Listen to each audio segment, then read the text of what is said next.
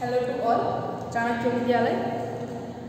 હું આજે બાયોલોજીમાં ચેપ્ટર 1 માં આપણે આગળ વધીએ તે પહેલાં આગળના ટોપિકો છે તેમાં વર્ગીકરણ શ્રેણી તેના વિશે આપણે માહિતી મેળવી ગયા વિડીયોમાં. દરેક વર્ગ વિશે માહિતી આપણે જોઈ કે સામાન્ય લક્ષણોના આધારે એક સમૂહ અથવા એક વર્ગને ભેગા કરતા આપણને આગળની જે શ્રેણી છે એ આખી મળતી આવતી હતી. બરાબર છે. નાનામાં નાનો એકમ કયો હતો તો કે જાતિ અને મોટામાં મોટો એકમ હતો તે સૃષ્ટિ. બરાબર છે. હવે તો એક સવાલ થાય કે આ શ્રેણી આપવાની જરૂર શા માટે પડી, કે વર્ગીકરણ શ્રેણી શા માટે બનાવવામાં આવી? તો સજીવોના જે વર્ગીકરણ કરતી વખતે આપણી સરળતા ખાતર કે અમુક કુળ, અમુક ગોત્ર, અમુક વર્ગ આ લક્ષણો મળે અને જે જટિલ ગૂંચવણ ઉત્પન્ન થાય એને દૂર કરવા માટે આ શ્રેણી આપણને આપવામાં આવી. તમારી ટેક્સ્ટબુકમાં તમે કોઈ કોષ્ટક આપેલું છે જેમાં માનવ, પછી વનસ્પતિ છે, મધમાખી છે, કીટક, કીટક આવે એટલે એવી રીતે અલગ અલગ તમને આપવામાં આવે છે માહિતી, જેમાં તમને જોવા મળશે પ્રજાતિ, કુળ, ગોત્ર, સૃષ્ટિ, દરેક માહિતી કોષ્ટકમાં આપી છે. એક્ઝામ માટે ખૂબ જ આઈએમપી છે, એક વાર વાંચી લઉં. બરાબર છે. હવે તેની આગળનો ટોપિક છે આપણી પાસે વર્ગીકરણના સાધનો. તો વર્ગીકરણના સાધનો ક્લાસિફિકેશન ટૂલ્સ એ કોને કહેવાય? તો વર્ગીકરણ કરતી વખતે જે ઘટકો આપણને યુઝમાં આવે છે કે જેના આધારે આપણે વર્ગીકરણ કરી શકીએ છીએ અને જેને વર્ગીકૃત વસ્તુઓને જે આપણે સ્ટોર કરી શકીએ ને સ્ટોર કરી શકીએ તેને આપણે કહીશું વર્ગીકરણના સાધનો. બરાબર છે. હવે એમાં તમારી એનસીઈઆરટી પ્રમાણે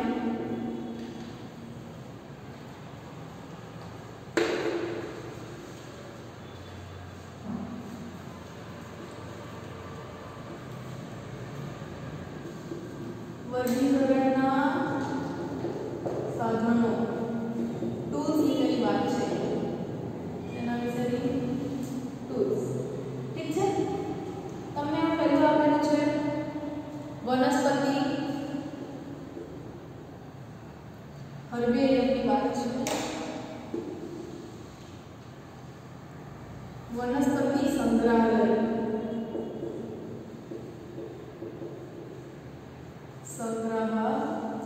એટલે કે હર્બેરિયમ. તો હર્બેરિયમ કોને કહેવામાં આવે છે? હર્બેરિયમ એટલે જો પહેલા તો કોઈ પણ નમૂના બે પ્રકારના હોય છે. એ વનસ્પતિ કે પ્રાણી હોય એના બે પ્રકારના હોય. વનસ્પતિ એન્ડ પ્રાણી એના બે પ્રકારના હોય છે. એક હોય મૃત અને એક હોય જીવંત. સજીવ તો ના લખી, સજીવ તો છે જ પણ તમે લખી શકો જીવ. બરાબર છે. એક મૃત અને જીવંત. તો વનસ્પતિના હોય મૃત તો એને રાખવામાં આવે છે, તેને સંગ્રહ કરવામાં આવે છે હર્બેરિયમમાં. જો જીવંત હોય તો એના માટે બોટનિકલ ગાર્ડન, વનસ્પતિ ઉદ્યાન તમે સાંભળ્યા હશે, બોટનિકલ ગાર્ડન. જો જીવંત હોય તો બોટનિકલ ગાર્ડન અને મૃત હોય તો હર્બેરિયમ. એવી જ રીતે જો પ્રાણીના મૃત અવશેષો હોય કે એના જે કંકાલ કે એવું હોય તો એને ક્યાં રાખવામાં આવે? તો આપણે જોઈએ છીએ તેને રાખવામાં આવે છે મ્યુઝિયમ્સમાં. અને જો જીવંત હોય તો આપણે જાણીએ છીએ કે એ હોય છે પ્રાણી સંગ્રહાલયમાં, એટલે કે ઝૂ. બરાબર છે. હવે મૃત નમૂના છે તો અહીંયા સૌથી પહેલા વાત થઈ છે હર્બેરિયમ. એવી જ રીતે જો પ્રાણીના મૃત નમૂના હોય ત્યારે વાત થાય મ્યુઝિયમ.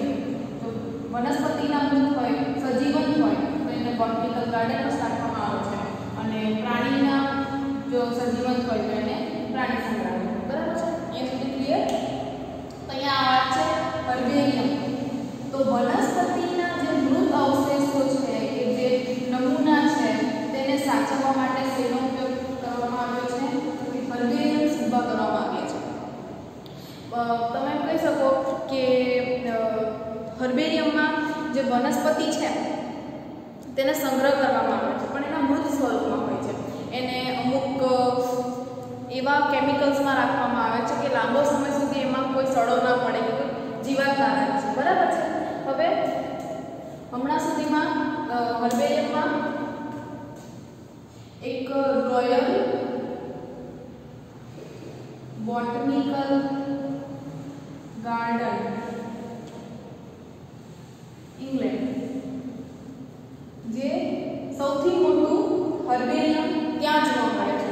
આ એક બોટનિકલ ગાર્ડન છે, પરંતુ અહીંયા જે વનસ્પતિ ઉગાડવામાં આવી છે તેના જ મૃત નમૂનાઓ એ હર્બેરિયમમાં રાખવામાં આવે છે. બરાબર છે. બોટનિકલ ગાર્ડન શેના માટે છે કે ત્યાં જીવંત વનસ્પતિઓને ઉગાડવામાં આવે છે, પરંતુ ત્યાં જ અમુક નિર્જીવ અથવા મૃત વનસ્પતિ તેના નમૂના ત્યાં સાચવવામાં આવે છે, તો વનસ્પતિ સંગ્રહ ત્યાં હર્બેરિયમ ઊભું કરવામાં આવ્યું છે. બરાબર છે. અને ઇન્ડિયામાં તમે ઇન્ડિયન બોટનિકલ ગાર્ડન કોલકાતા, બરાબર છે, ત્યાં હર્બેરિયમ છે, ત્યાં પણ સેમ જ છે. બોટનિકલ ગાર્ડનમાં જે વનસ્પતિ છે તેના મૃત નમૂનાને સાચવવામાં આવે છે, ત્યાં અલગથી હર્બેરિયમ બનાવવામાં આવે છે. હવે હર્બેરિયમ શા માટે બનાવવામાં આવે છે? તો જ્યારે કોઈ વનસ્પતિ પર રિસર્ચ થતી હોય તો હર્બેરિયમ આપણને શું મદદરૂપ થાય કે હર્બેરિયમમાં જે લક્ષણો, અમુક લક્ષણો ધરાવતી વનસ્પતિઓનો સજીવન હોય તેના લક્ષણોની માહિતી મેળવવામાં આવે છે. અને એક હર્બેરિયમ શીટમાં એ વનસ્પતિનો એક નમૂનો મૂકવામાં આવે છે, જેને એક નામ આપી તે વનસ્પતિનું નામ શું છે એ અને તેના શું લક્ષણો છે, તે કઈ કુળની છે, એ દરેકની માહિતી બનાવીને હર્બેરિયમ શીટ બનાવે છે. માહિતી આગળ આપી છે, પણ એ શીટ ક્યાં રાખવામાં આવે છે હર્બેરિયમમાં કે ગમે ત્યારે તમને કોઈ નવી વનસ્પતિ મળે તો તમારે એ વનસ્પતિ જે તે વિસ્તારમાં જઈને ત્યાં એના લક્ષણો જોવાની જરૂર નથી. હર્બેરિયમમાં જ્યારે આવા જે ઉભા કરેલા હર્બેરિયમ્સ છે ત્યાં વનસ્પતિ માટેની યાદી એક બુક રાખવામાં આવે છે. એ યાદીની બુકમાં તમને બતાવેલું છે કે આ પેજ ઉપર આ કાંટાળી વનસ્પતિ વિશે માહિતી છે, આ પેજ ઉપર આગળ કોઈ પુષ્પ ધરાવતી વનસ્પતિ, ઘટાદાર વનસ્પતિ, એટલે એના ગુણધર્મો, એમના નમૂના, એના લક્ષણો એ દરેક તમને શીટ ઉપર જોવા મળી જશે. એટલે તમારે સજીવ માટે એ પર્ટિક્યુલર પ્રદેશમાં જવાની જરૂર નથી. તમે અહીંયા બેઠા એના વિશેની બધું જે વર્ગીકરણ છે આરામથી કરી શકો છો. બરાબર છે. એટલે જે બાયોલોજીમાં જે લોકો રિસર્ચ કરતા હોય છે તે લોકો માટે, વનસ્પતિ જે રિસર્ચ કરતા હોય બોટનિકલ, એ લોકો માટે ખૂબ જ ફાયદાકારક હોય છે હર્બેરિયમ. બરાબર છે. હવે હર્બેરિયમમાં એકચ્યુઅલી કરવામાં શું આવે છે, હર્બેરિયમ શીટ હોય છે.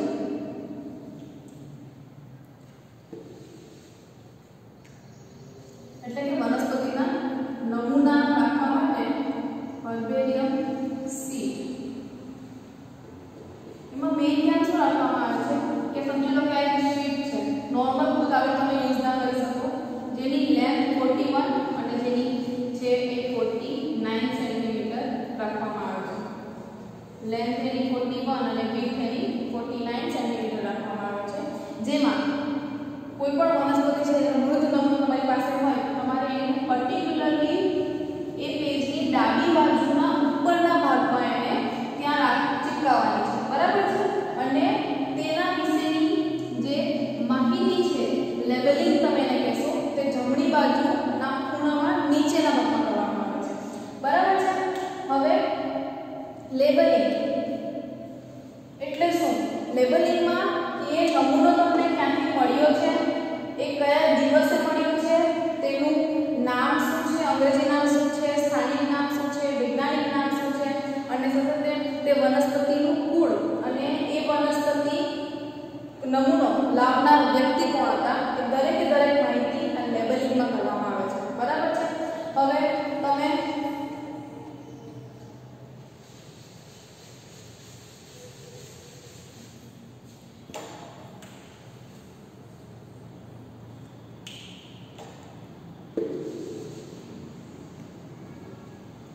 સૌથી પહેલા તો એમાં તમે કહી શકો છો કે જે હર્બેરિયમ શીટ છે એને બનાવવા માટેની એક ચોક્કસ રીત છે કે જેમાં સૌથી પહેલા પ્રેસિંગ કરીને દાબન આપવામાં આવે છે.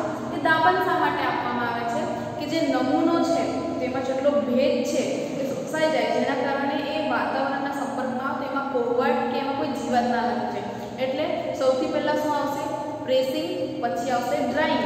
હવે ડ્રાઇંગ શા માટે કરે છે કે જો એમાંથી જે પાણી છે એ બહાર જતું રહે, એટલે દબાશે તો એમાંથી પાણી બહાર નીકળે છે ને, એટલે એ હર્બેરિયમ શીટ ઉપર રાખતા પહેલા જે નમૂનો છે એ ટોટલી ડ્રાય કરી નાખવામાં આવે છે. બરાબર છે.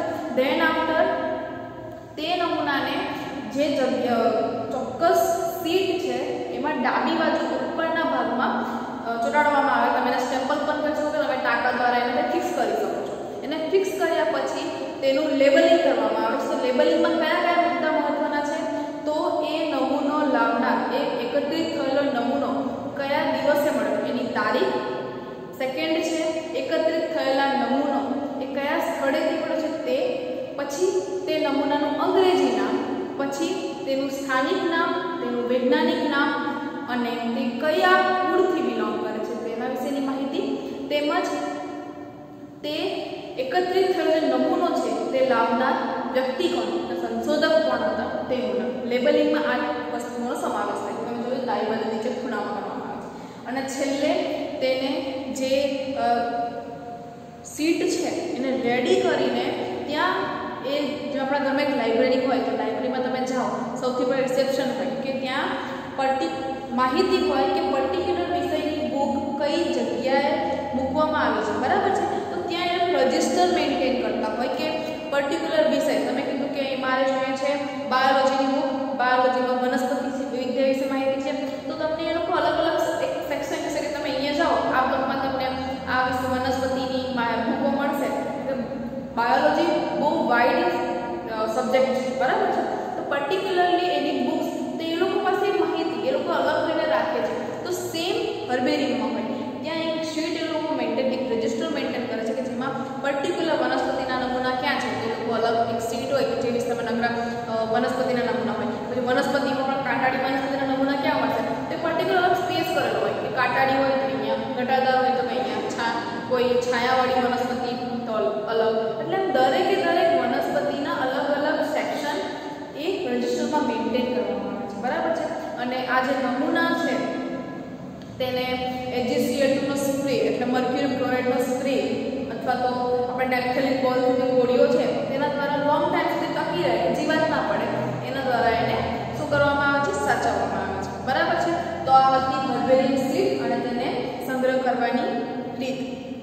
હવે આગળ હર્બેરિયમ પછી આપણે આગળ જોઈશું તો હશે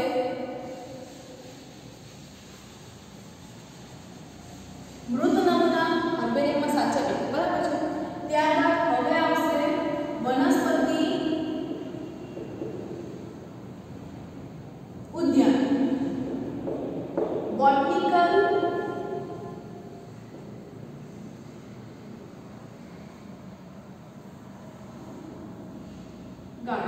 બરાબર છે. તો બોટનિકલ ગાર્ડન્સમાં શું હશે? વનસ્પતિના જીવંત નમૂના વાંચવામાં આવે છે. બરાબર છે. તમને આપણે આઈડિયા હોય તો ગુજરાતનું સૌથી મોટું બોટનિકલ ગાર્ડન હોય તો વઘઈ છે. બરાબર છે. જ્યાં નાના નાના સંકરિત જાતો ઉત્પન્ન કરવામાં છે અલગ અલગ વનસ્પતિને ભેગી કરીને. બરાબર છે. તમે એકવાર ત્યાં જઈને મુલાકાત લો ખબર પડશે કે સંકરિત જાતો કઈ રીતે લોકો ઉત્પન્ન કરતા હોય છે. બરાબર છે. તો વનસ્પતિ વિજ્ઞાન ઉદ્યાનમાં શું થાય છે? તો વનસ્પતિની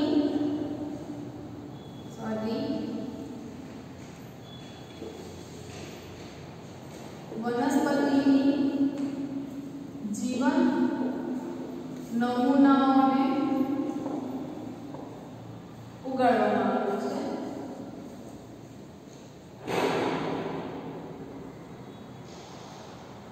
બરાબર છે. જેના માટે સેફટી તરફ તમારા આગળના નામ રોયલ બોટનિકલ ગાર્ડન ઇંગ્લેન્ડ જે ક્યુમાં આવેલું છે. ક્યાં? ક્યુમાં. અને safe Indian botanical garden Kolkata. હવે તમે આ જોયું તો આ તમે એમ થશે કે વનસ્પતિના જે હર્બેરિયમ હતા એમાં પણ તમે એક્ઝામ્પલ્સ લીધું તો આ જ અને બોટનિકલ ગાર્ડન પણ આ જ છે. તો એમાં શું છે કે બોટનિકલ ગાર્ડનમાં જે વનસ્પતિ છે એના મૃત નમૂનાઓને જ એક અલગ હર્બેરિયમ બનાવીને સંગ્રહ કરવામાં આવે છે. બરાબર છે.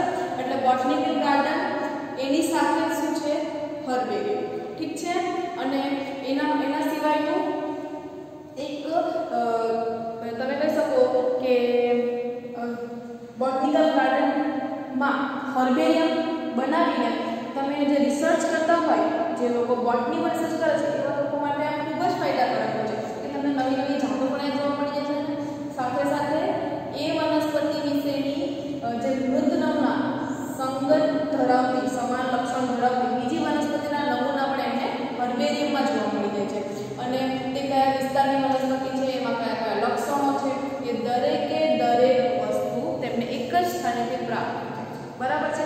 આમ વનસ્પતિના મૃત નમૂના હર્બેરિયમમાં રાખવામાં આવે છે અને જીવંત નમૂના રાખવામાં આવે છે. ક્યાં? કે બોટનિકલ ગાર્ડન.